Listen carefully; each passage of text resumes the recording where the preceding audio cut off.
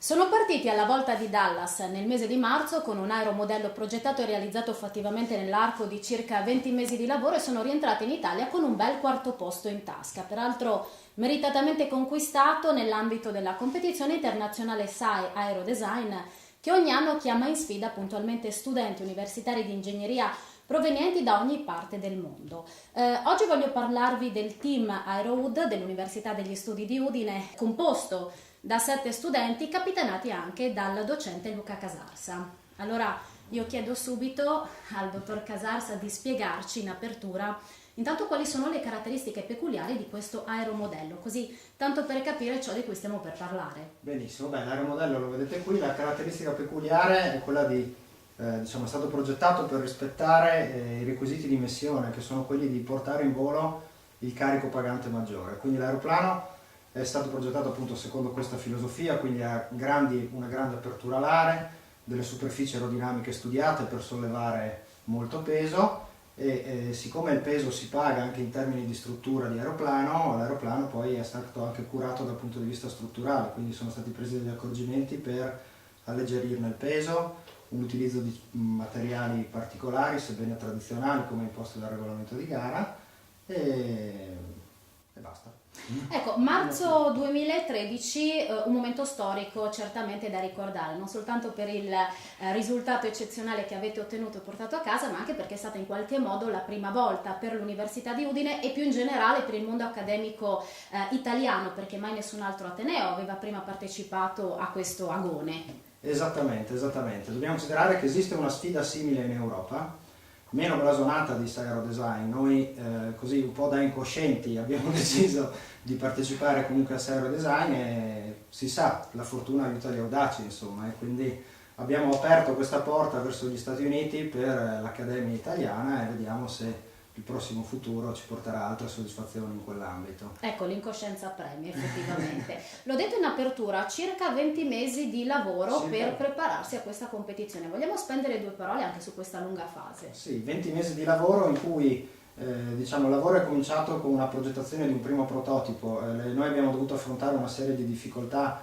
progettuali, non da poco, perché non siamo ingegneri aeronautici, siamo degli ingegneri meccanici e quindi siamo partiti per step con un disegno molto semplificato in cui volevamo solo provare la nostra capacità di essere in grado di progettare e far volare un aeroplano. E questo primo prototipo che è volato a maggio dell'anno scorso ci è poi servito come banco prova per testare tutta una serie di ottimizzazioni, miglioramenti della struttura, dell'aerodinamica dell'aeroplano che ci ha portato a definire il T2 che è l'aeroplano da gara. Questo. Ecco, un ottimo risultato, lo abbiamo detto. Adesso che cosa vi aspetta? Quali sono i prossimi passi? I prossimi passi sono che ci stiamo riflettendo attentamente, nel senso che vorremmo che questa diventasse un po' una tradizione all'interno del nostro Ateneo, perché è un'occasione di crescita importante anche per gli studenti, perché si trovano ad affrontare un'esperienza da vero ingegnere, un'esperienza come nella vita lavorativa di un ingegnere. Stiamo valutando come procedere perché al momento il contingente che stiamo vivendo, il grosso problema sono ovviamente i fondi e quindi siamo alla ricerca di un supporto economico che ci possa garantire la prosecuzione negli anni a venire, insomma. Ecco, una nota dolente certamente, noi però vogliamo continuare con un po' di ottimismo e quindi con gli studenti universitari che sono effettivamente i veri protagonisti poi di questa grande avventura. A rappresentarli qui oggi c'è Kevin. Allora Kevin, in ogni squadra che si rispetti, in ogni squadra complessa, chiaramente c'è anche una divisione dei compiti. Tu sei team leader del gruppo e più nello specifico di che cosa ti sei occupato? Diciamo che siccome siamo partiti da zero, cioè da zero nel senso che è stata proposta di formare il gruppo. Per formare il gruppo c'era bisogno di questi studenti, sono usciti 7 studenti, cioè meravigliosi, alla fine abbiamo fatto gruppo e diciamo nell'industria aeronautica si lavora dividendo i compiti. Allora, il primo passo è stato dividersi in gruppi di lavoro.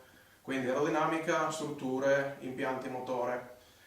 Io ho formato parte del gruppo di aerodinamica, ho appoggiato due miei compagni a fare tutta la progettazione dell'ala e degli impennaggi E dopo c'è stata anche la parte di costruzione dove ognuno di noi ha messo le mani sull'aeroplano per finirlo e per andare a fare la gara. Senti, che tipo di bilancio sei in grado di tracciare oggi dell'esperienza che hai vissuto e soprattutto com'è stato poi il confronto diretto con studenti che operano nel tuo stesso settore ma che provengono da realtà insomma geograficamente e culturalmente molto diverse? Diciamo, come ha detto bene il professor Casarsa, noi siamo tutti in un corso di ingegneria meccanica, quindi il primo passo è stato quello di imparare tutto quello che avevamo da imparare di aeronautica.